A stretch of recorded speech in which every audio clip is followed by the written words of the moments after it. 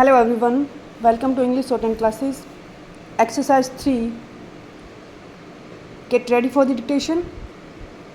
Start.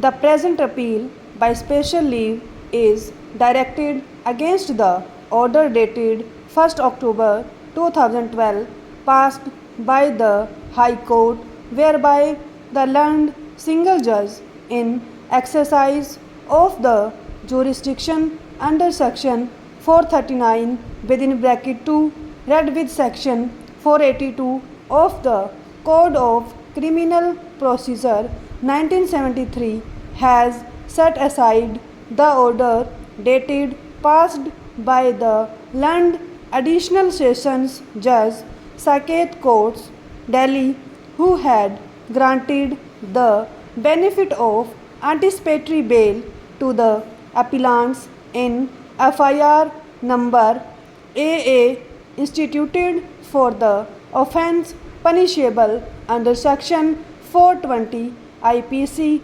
registered at Police Station, Defence Colony, New Delhi.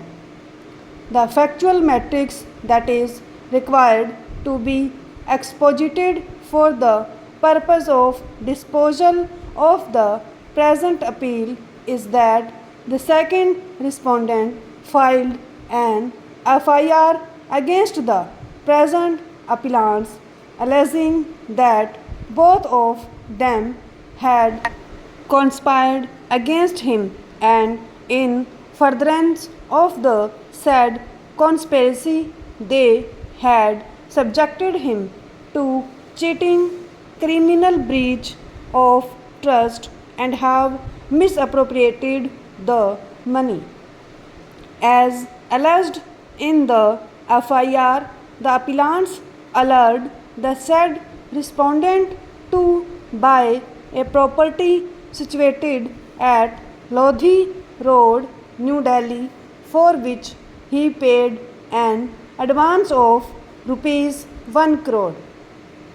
As the narration would unfurl, it was apprised by the appellants that the property comprising entire basement floor and entire ground floor with one servant and impartible share of ownership rights in the land underneath would be sold to him and he will be delivered vacant, peaceful, physical possession.